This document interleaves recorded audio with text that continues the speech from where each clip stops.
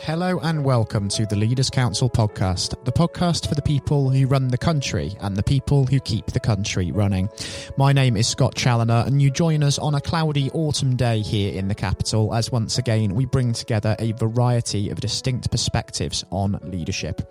First and foremost on today's programme, I'm delighted to be joined by Benjamin McCay. Benjamin is co-chair and trustee at My Life, My Choice, a self-advocacy charity for people with learning disabilities.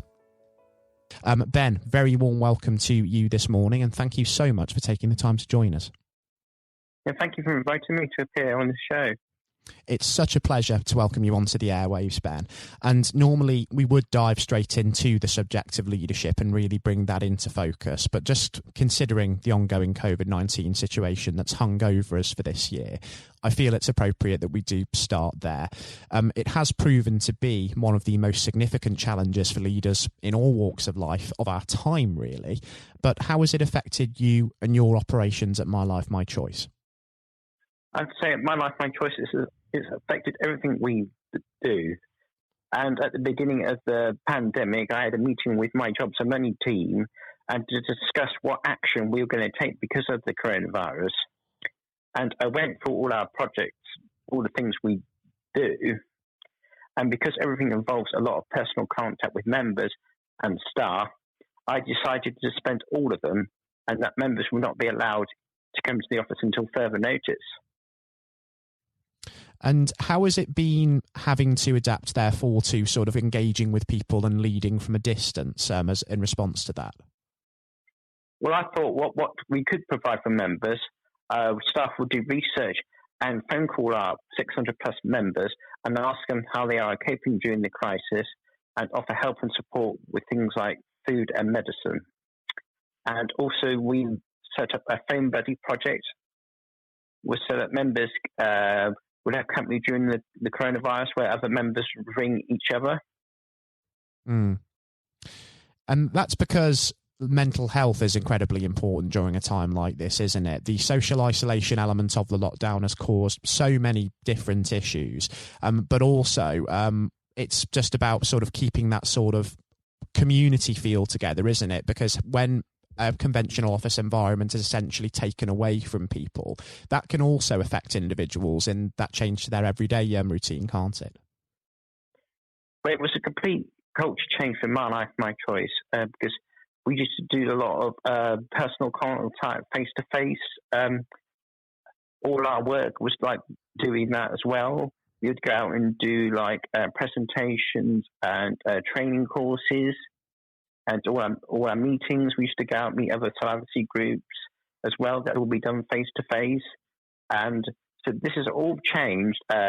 We decided that most of our services would be put online, but My Life, My Choice would need to raise money in order to buy the computer equipment for members. And we started this firstly with the Jobs and Money team and the trustees first, so that the trustees could have meetings like we used to have them every quarter, but now we have them every month. Because I tell you, at the start it was very difficult, particularly with the Jobs and Money team, because we were online first. I was the only one who had a laptop, and the other members were all on phones.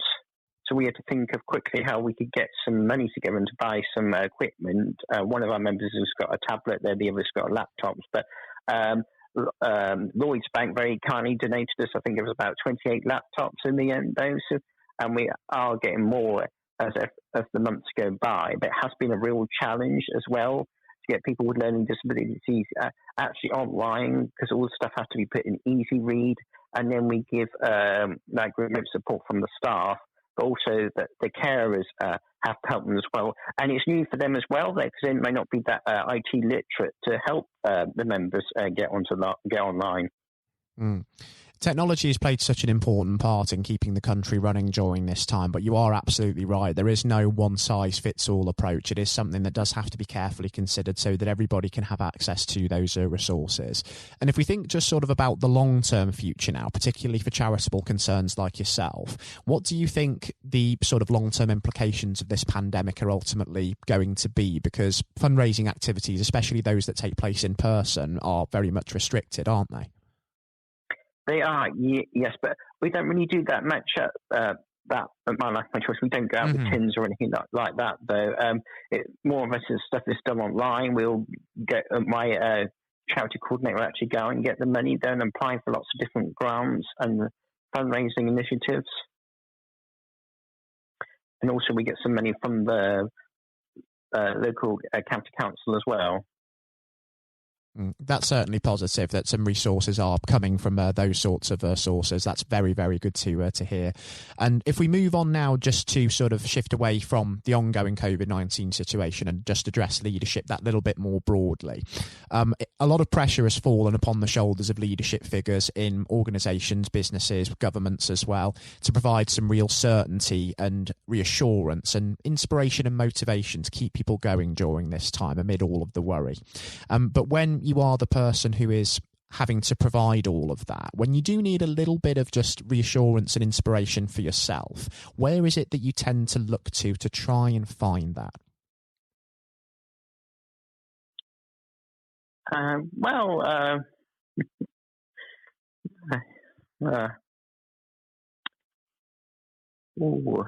That's quite hard. I rely on myself more or less to give leadership, and because I have been very, I know you don't want me to talk about the pandemic, but I have been very vocal during this. Though I have been in the Oxford Mail 3 times and stating about how we've been forgotten and.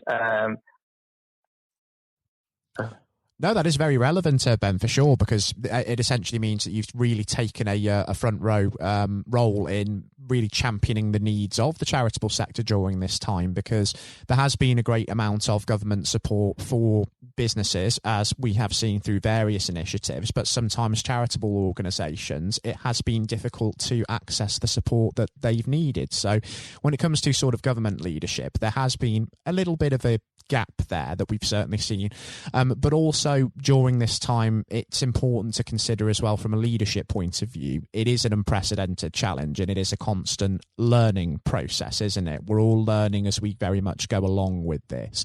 We've seen that in government, we've seen the value of hindsight during this time, but also in our own leadership roles, running our own organisations. I think it's fair to say that this experience has taught us an awful lot as well, hasn't it? Well, yes, I'd like to constantly remind those in power that people with learning disabilities are important, and that even sort of things like the national death rates provided by the CQC confirm what we suspected, that people with learning disabilities, like older people in care homes, are seen as low priority by those in power. And then we've had the lack of PPE, the lack of testing, the removal of COVID-19 affected people from hospitals to care homes, and the early decision by the central government to abandon track and trace have almost certainly led to the needless deaths of people with learning disabilities. But I can say, thankfully, in Oxfordshire where I live, this seems to be different, with no discernible increase in deaths over and above the record for the same period as last year. It is a significant thing to take on board, that, isn't it? The fact that a lot of mistakes that were made early on in the pandemic have certainly caused a great deal of stress for a great amount of people. It's caused an insurmountable, of course, amount of loss. It's awful what's happened. We've seen a terrible death rate during this time, but we can only hope in terms of the future that hopefully the government is going to get this right, show that robust leadership that we all need, and hopefully the trajectory from here can only be positive, but just not in the sense of cases and deaths, of course. We want to be really trying to get out of this over the course of the next 12 months. But as I said, the national death rate proves to us that people with learning disabilities, like people in care homes, are seen as low priority by this government. And it says the CQC figures indicate that what we have feared, people with learning disabilities in care settings are at the same risk of catching the coronavirus as older people. Would you say that consideration for these groups is the one big thing that nobody's talking about in the midst of this crisis at the moment? Yeah. And that is something, isn't it, that leaders therefore have to really take into consideration from here, isn't it? And we really need strong leadership to address the problem. Well, yes. I agree there totally, yes. It's certainly going to be an interesting few months. Yes, Ben, go on for sure. Do continue. I would like to raise more concerns over testing, saying quite right, older people in care settings are beginning to get access to testing, but people with learning disabilities are not treated with the same priority. They need to do this, or the number of deaths will escalate. Because I have got interesting fact is that people with learning disabilities are 4 more times likely to die from COVID-19 than the general population. And that will definitely be an afterthought in terms of protection from the pandemic. Many of my members are terrified of catching the virus and are even nervous about going about still now, and especially now there's going to be another 6 months of it. And even dealing with that, though, I was really impressed with Oxford City's request for stewards to help maintain social distancing around the city in Oxford to a sensible, proportionate, safe and reasonable one, I think. But the fact that the needs of people with learning disabilities and those of other disabilities have yet been ignored, again, it's not been of great surprise. And I've only just found out that Oxford City Council didn't get the money for the stewards from the government. And I'd like to think perhaps one day we'll be seen by those in power as equal partners in our communities rather than just a nuisance. So over the next 12 months, as we continue to get to grips with this new normal, and of course the government continues to try and lead the country through this crisis, what is it that you're really hoping to see happen? And what is it that you're really hoping to achieve at your own organisation during that time as well? Well, I'm hoping that we can all get the virus as soon as it comes out, and then we can get, once we've all been vaccinated, we can all get back to the things we were doing, and I can start rebuilding the charity again, because I know there's going to be a lot of tough decisions to make ahead, because I reckon we'll get less funding and we're going to be more resourceful, because people will not be so giving, because they'll be thinking, oh, we've lost so much money ourselves, and there's going to be less money in the pot for charities, I think, in the next 5 years or so. The economic consequences of coronavirus, of course, with the recession, that is a concern for charitable organisations, and it's going to be a challenging time for them, but it is going to take a little bit of adaptability and innovation as well from charities to try and find alternative funding sources, isn't it? So that's another great challenge that organisations like yours are going to have to take on as a result of all of this. And I think it's important to remember that they can't be expected to do it on their own. They do need support as well. Well, definitely. Before the pandemic, we had our most successful year ever. And I was even thinking about recruiting another member of staff. But we had one staff leave just before the pandemic started, so we didn't bother to replace them.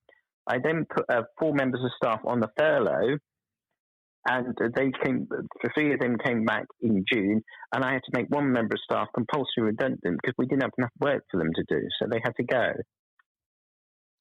It's an incredible member of staff has been it's been put on secondment with another charity until next month.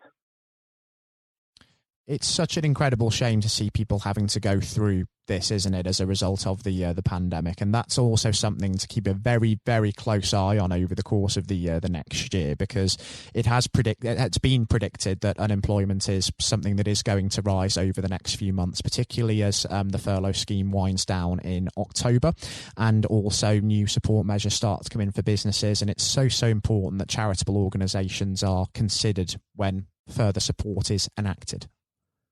Oh, definitely, yes. And we could get back to normal.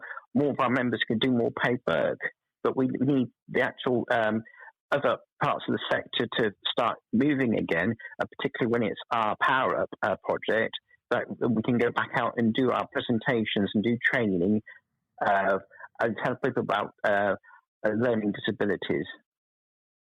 And but it's not all bad news, though. We are starting to do one of our projects online called Quality Checkers, where we actually go into people's people with learning disabilities homes and check to see how they're run and if they're good quality and what if the people in there have good lives, and make sure there's plenty of activities for them to do. So we're doing that, and also hopefully soon we're hoping to do care treatment reviews online as well, where we used to go in secure hospitals and we always have an expert by experience. That'd be somebody with a learning disability would be on the panel there when they interviewed the person who was actually staying in the hospital. It's certainly encouraging to see that services like that, where you are being able to go into homes and assess and also carry out more services online, are certainly starting to come back, and let's hope certainly that continues in earnest going forward. I am conscious, Ben, that we are just running out of time, but just before we do wrap things up on the programme, we have talked about the future and how that's going to pan out. But what I wanted to ask you just before we finish is if you could, of course, give one message to aspiring young leaders out there, but also established leaders out there who are carrying us through this pandemic situation, what sort of message would you want to give them? I'd say that we've just got to be resilient. I think this will end, and we just got to get through it, and then hopefully we'll be able to get back to where we were before the pandemic. But it's going to take a long time. I mean, you're talking about 5-6 years, I think, now, because this has had a devastating effect on us. And I know it feels bad that all the hard work you've done has really been undone, but you've just got to be more resilient, I would say. It's tough, though. It's really tough. And, well, that's all I can say, really, because I don't know myself, really, what's going to happen in the next 5 years. You have to pay out like a month-by-month basis, I think, because all the information we're getting at the moment is changing every week. It certainly is, isn't it? There is a lot of changing guidelines and changing circumstances out there, and people are really having to adapt to sort of new changes at very, very short notice. So that is something that organisations and businesses alike are going to have to continue to get to grips with, for sure. Ben, I have to say, it's been a thoroughly enlightening experience having you come on to the programme today to discuss your views, and you've delivered them with such passion. And, you know, I actually think it would be wonderful, considering how it's been speaking to you this morning, to welcome you back onto the show at some point in the next year, just to see how things are coming along. And we can assess at that point just whether the charitable sector is getting that attention that it so thoroughly deserves. Okay, thank you very much. It's been wonderful, Ben, and most importantly, until we do speak again, hopefully, please do continue to take care and stay safe with all still going on. And of course, that goes for everybody, of course, that you work with as well. Okay, that's great. Thanks for your help and your support, Scott. It's my pleasure, Ben. Thank you ever so much. I would also reiterate that message to every single one of our listeners today. Do please continue to be considerate of others and look after yourselves during this time, because it does make a real difference in saving lives. Coming up next on the programme today, it's time for our exclusive interview with England's 1966 FIFA World Cup hat-trick hero, Sir Geoff Hurst. Sir Geoff, during his professional football career, scored over 200 league goals for the likes of West Ham United and Stoke City, but he remains most renowned for the fact that he is the only man to this day to have scored a hat-trick in the final of a FIFA World Cup, following his treble in England's 4-2 victory over West Germany at the old Wembley Stadium 54 long years ago now. So Geoff will be reflecting on some of the highlights of his career, his leadership inspirations, and also the wonderful job that the NHS has been doing over the last few months. That is coming up next. And now, ladies and gentlemen, without further ado, we extend a very warm welcome to a special guest in Sir Geoff Hurst, who joins us on the programme today. Sir Geoff, good morning. Good morning. How are you? Very good, thank you. It certainly is a wonderful day for it, isn't it? It is. The weather's pretty good at the moment. I hope may it last. Absolutely. After the old thunderstorm, it's lovely. It is certainly after a storm. And speaking of storms, actually, I'd like to start with just a hypothetical scenario. If we fast forward 2 years, Sir Geoff. Let's imagine it's December 2022 and it's the World Cup final and England are there. We could be playing defending champions France, we could be playing the Germans, anybody. And England are 2-0 up in the 90th minute, so victory is all but guaranteed. And Harry Kane, with a brace to his name already, is brought down in the penalty area. So he has the opportunity opportunity to make history by emulating yourself and becoming only the second ever player to score a World Cup final hat-trick. Would you honestly want him to bury it, or would you prefer him to fluff his lines? I'd want him to bury it. I've asked that question, I get that question asked a bit. I've had a good run with this record, and goodness me, it's nearly 60 years, I guess, if we're looking at 2022. No, I'd want him to bury it. A for him, he's a fantastic player, tremendous goal scorer. And if anybody I'd like to repeat what I achieved, it would be someone like Harry, who was a fantastic professional with Spurs and England. So absolutely. And I want England to do well. I mean, I want England to be successful. I'm an England supporter. I'm a football supporter. And I really want the country to do well in anything, in all sports, and particularly in my sport. So I want him to bury it. And I will be as delighted as anybody in the country if he can achieve that. But more importantly, that England have achieved what we achieved all those years ago. And it's important that the team do it as opposed to Harry doing it individually. And that's how I felt about my achievements, about the team being successful. Whether I got 2 or 3, in one sense, is I wouldn't say immaterial, but it's about the team winning. It's all about the team. Mm. Exactly. Consideration of the wider team is a cornerstone of leadership, which is, of course, what the Leaders' Council is all about, recognising that and promoting that for the future. But if we sort of flash back 54 years to that moment in 1966 when you were bearing down on goal, I understand that a lot of people always ask you the question about whether you actually knew there were people on the pitch at the time, and there's quite a bit of a joke about that, but there's something else that I'm actually interested in. I understand, we all know what happened, the ball nestled in the top corner, England won 4-2 and lifted the World Cup, but you've often described that as being a mishit finish sometimes before, haven't you? Yes, I think people... I recall exactly what's amazing. I can recall exactly what I was thinking at that moment, obviously a crucial moment in the game, towards the end of the game. I knew the game was nearly finished. As the ball came to me initially, I was actually, with my back to goal, I was actually looking at the referee 10 yards from me in the middle of the park, and he was waving, at the whistle in his mouth, but waving play on with both arms, indicating quite clearly, of course, that the game was nearly finished. So when I got to the edge of the box, I now think of the game's nearly finished. I'm thinking, if the game's nearly finished, I'm now going to whack this ball with everything I've got left. But I'm thinking if it goes beyond the sand into the crowd, by the time the ball boy gets it back to Hans Stilkowski, the German keeper, by that time, surely the game has got to be over. But as I always jokingly say, I mishit it and it flew in. But I was thinking about wasting time, not so much about... but certainly what I was going to do, which showed, I was going to hit it as hard as I possibly could after those 2 hours. It just goes to show sometimes that hit and hope, taking a punt, can sometimes be the way forward, because I think it shows that in any form of leadership, be it in sport or in business, you can't go sometimes without taking risks. Absolutely, yes, absolutely. Yes, I mean, I wasn't in that position with risk in a sense because the game was unfinished, but that philosophy is right. You're just going to... there's an element of risks making it, but there's got to be a control on that risk, not stupid risks in all walks of life. An element of maybe doing something that you're not too sure about, but sometimes in life you've got to have a go. You can't be successful in terms of long-term leadership if you're just always sitting on the fence and not taking any chances. I don't think that's where the great leaders will get to by having that kind of philosophy. You've got to move forward. And the last time that you actually joined us on the Leaders' Council podcast and spoke with my colleague Jonathan White, Sir Jeff, was back in February, of course. And that was a point where we knew a little bit about COVID-19, which was looming, but that was before it really took hold in the UK and really turned our world upside down.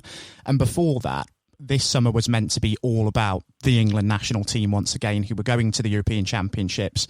But that's in a way now been replaced by the National Health Service, and we've been supporting the Health Service and applauding their efforts, and we're hanging out thank you banners displaying drawings of rainbows, very much in the same vein that you'd see the George Cross adorning most households during a major tournament year.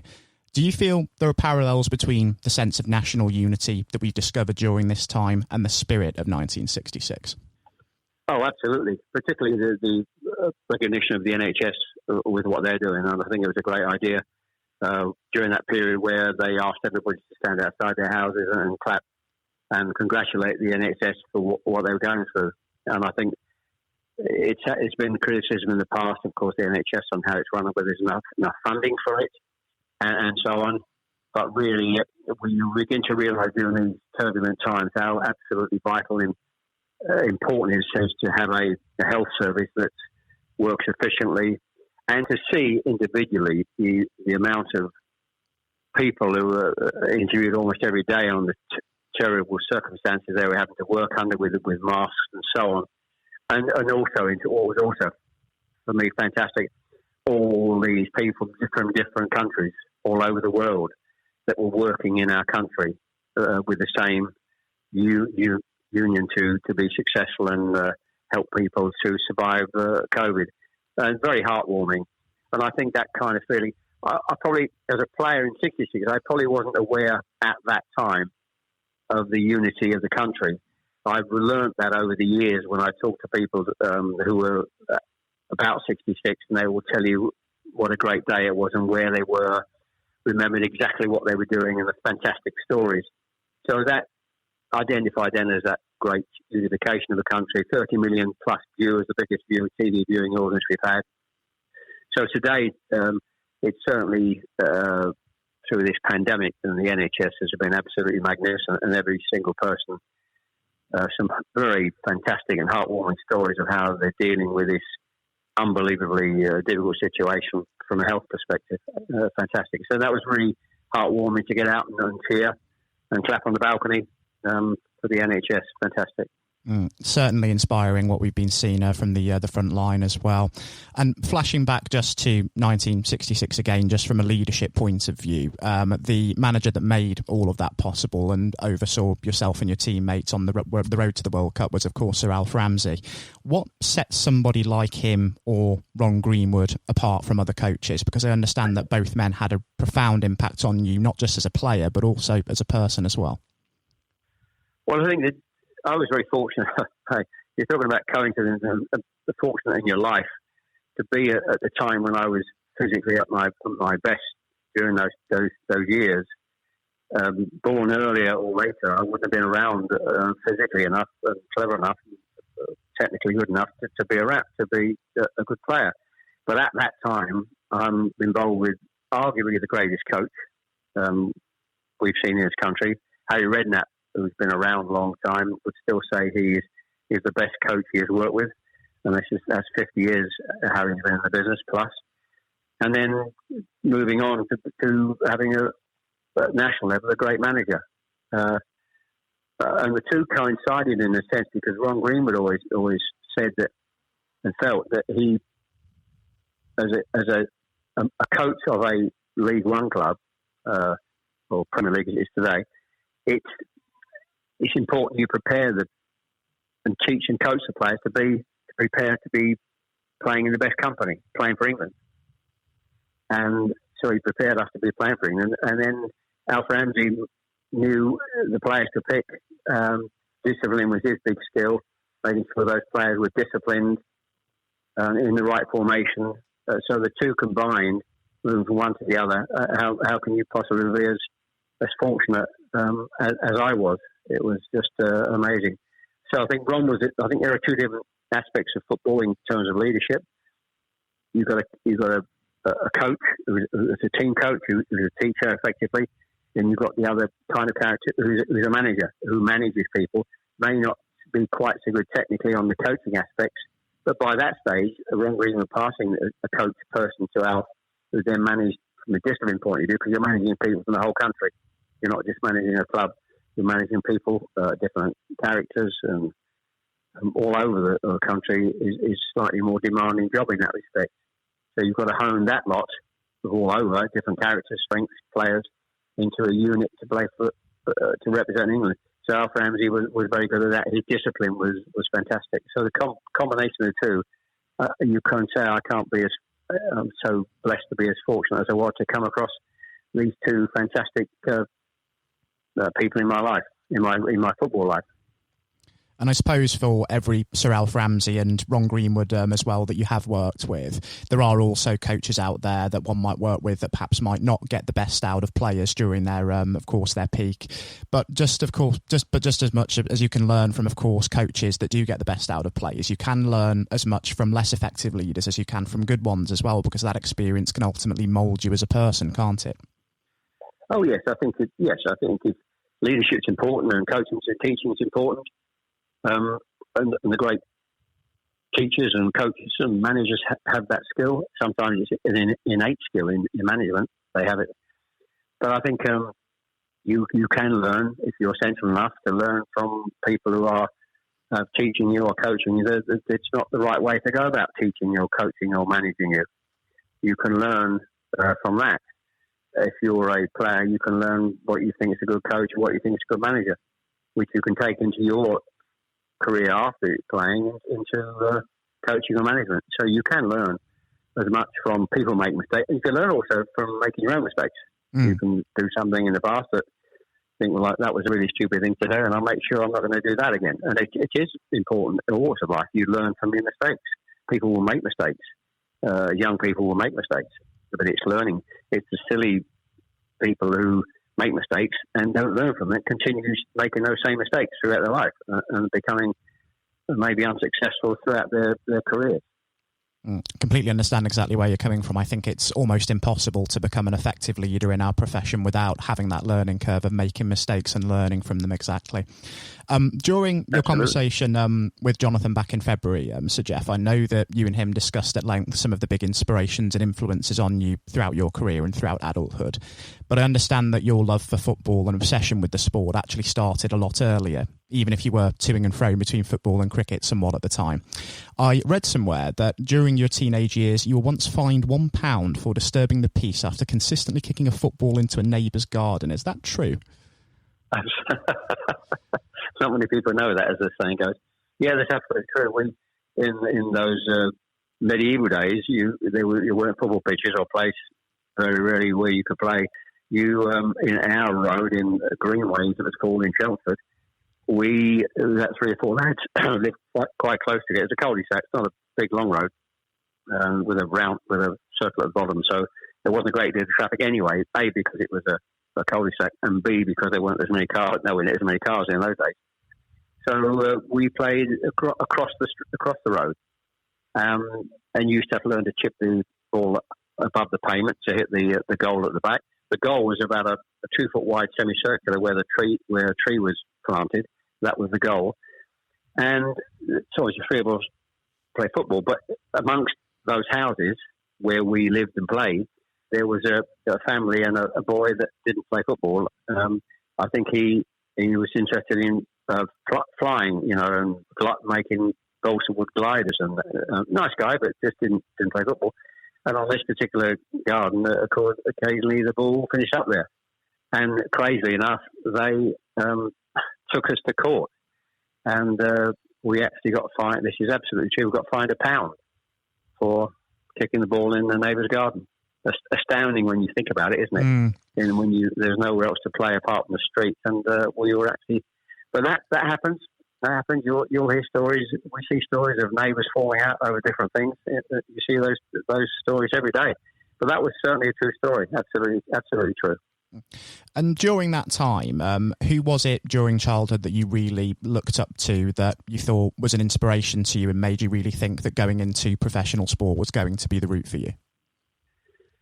Well, my father was obviously the biggest inspiration for me because he was an ex-player. He played lower down for Oldham, Rochdale. We actually moved south from Manchester. I was born in Ashton-under-Lyne. We actually moved south to Chelmsford when I was probably the eldest of 3, when I was probably about 7 or 8, into this particular street called Greenways.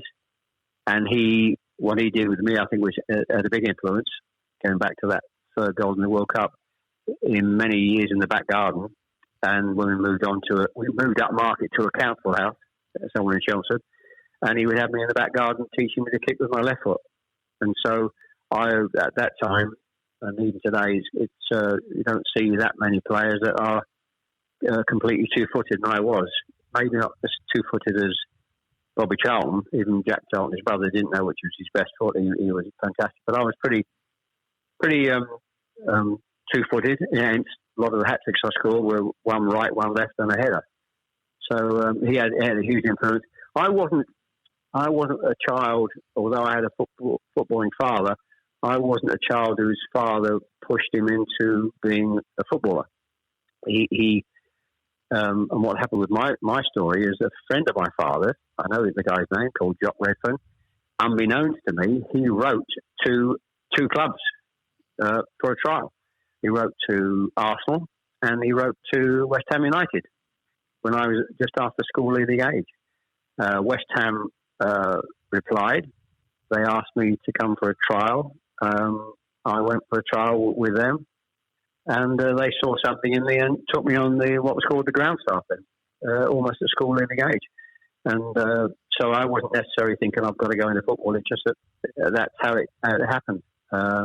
Although I enjoyed football and I was reasonably good, there was no big focus on me as a great schoolboy player. Nobody was scouting me or writing to my parents saying, come and have a trial at this club or that club. But a friend of my father wrote the letter. So that's how it happened.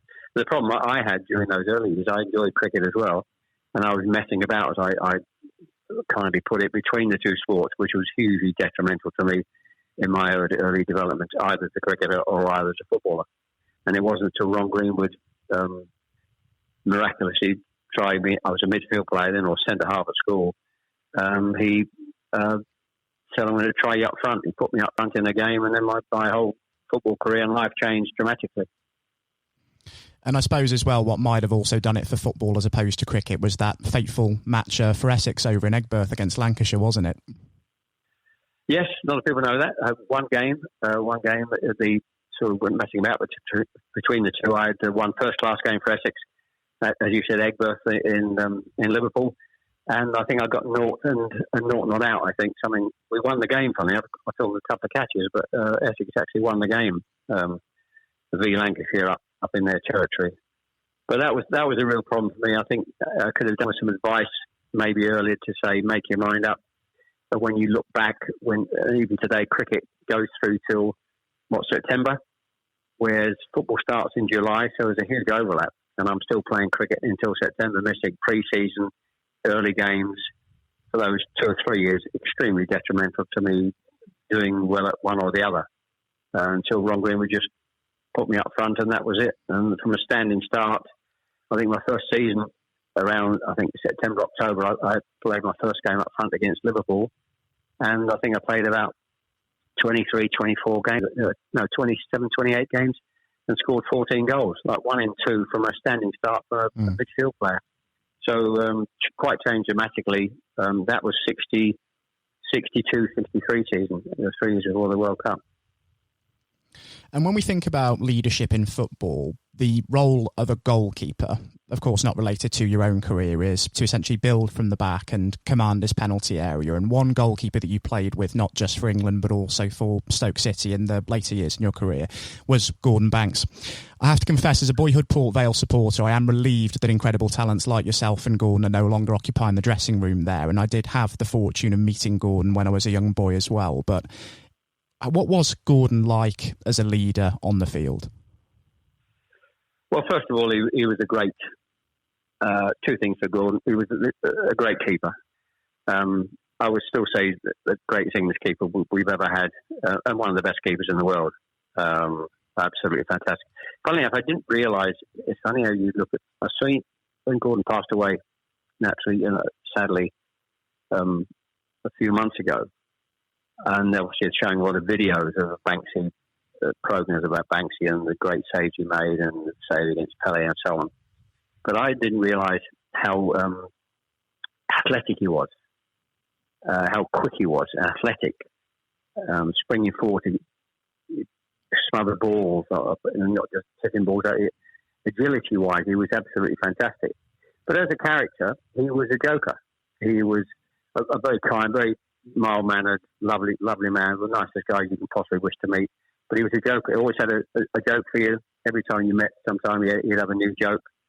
And people talk about him and who are close to him and remembered what a joker he was, and they're the two things that really stick out for Banksy. And we were very lucky, of course, to have that kind of. And you need that kind of quality as a world-class player when you win a World Cup. You need 4 or 5 players, which we were very fortunate to have in our team. Banksy is one of the world-class players, along with Bobby Moore and Bobby Charlton. Jimmy Greaves didn't play with a world-class player put in the squad, and Ray Wilson, our left back, I'd always argue was a world-class player. So you need that kind of quality initially if you're going to be successful in winning a World Cup. Some world-class players, and Banksy was up there, not with the best for me. And another thing from during your days at Stoke City as well was that a talented but then troubled young midfielder by the name of Alan Hudson first joined the club around the early 70s.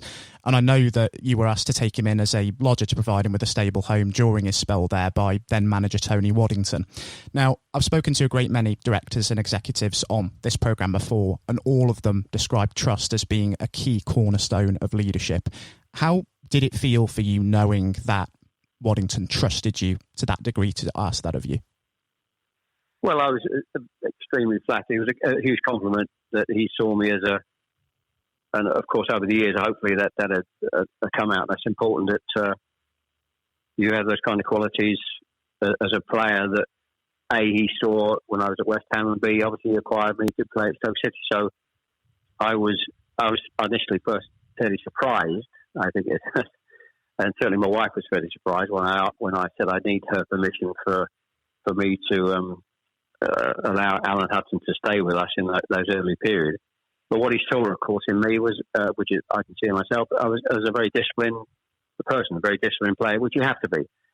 I didn't really have, I would say, the qualities of the world-class players like the Bobby Charltons and the Jimmy Greaves and the Bobby Moores. So you need to bring all the other characteristics to be successful at that level, to compete in their level. And discipline was one of them. And obviously Tony Waddington saw that.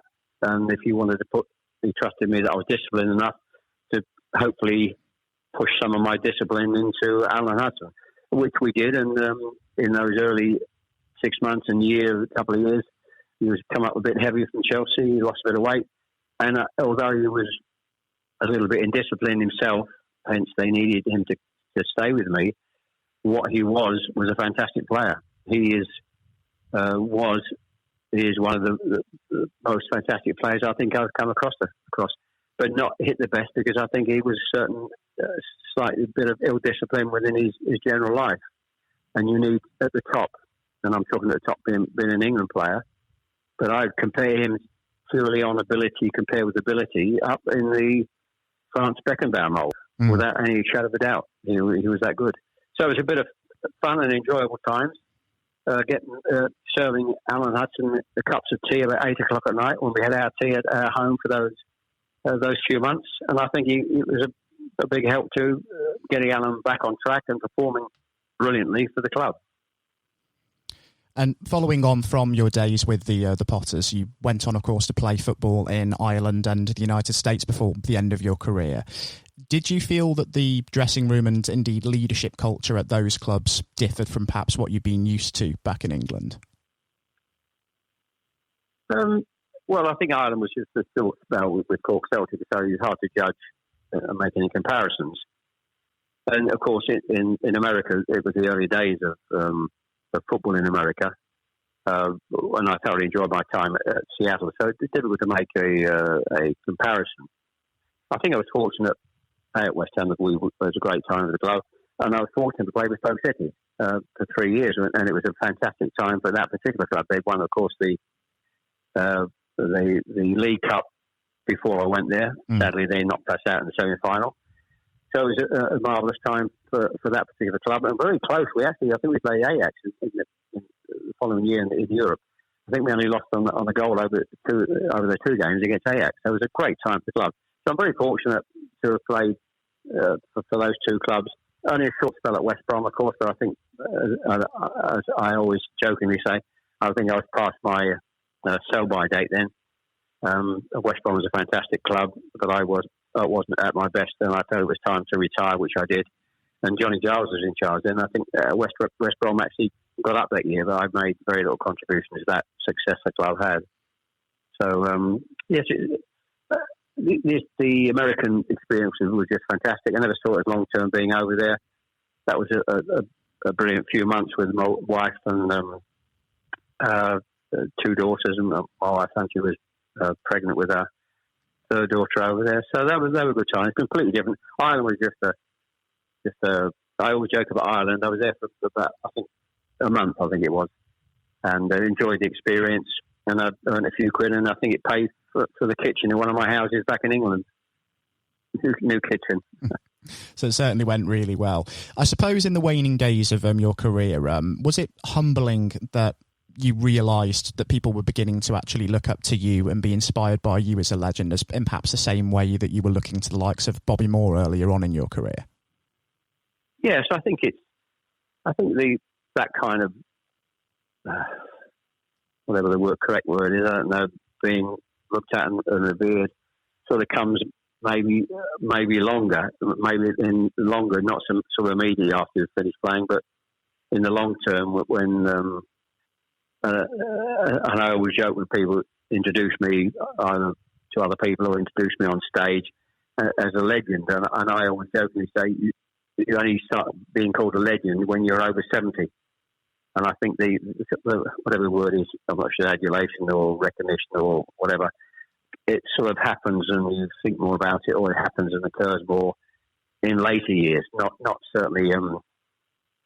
I felt during the time after I finished playing or managing or playing for England during my football career.